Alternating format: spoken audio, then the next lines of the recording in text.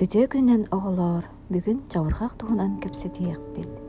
Чабырғақ саха тылынан уусуран айымнета болар. Алексей Елисеевич Кулаковский өксөкүләг өлөксөй, чабырғағы саха тылынан уусуран айымнетін бұғытынан сыналауда.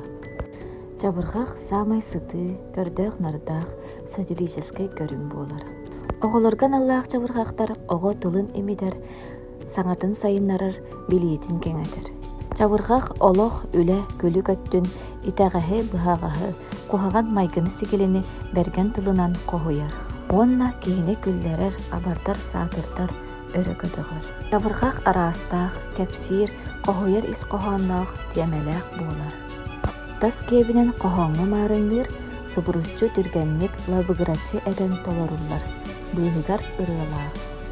Чабырғағы толарар кеге сирейін арастан қамсатар, қолағын уларыдар, сорок тылын ырыанын толарар, тылларын чолкайтык санарар.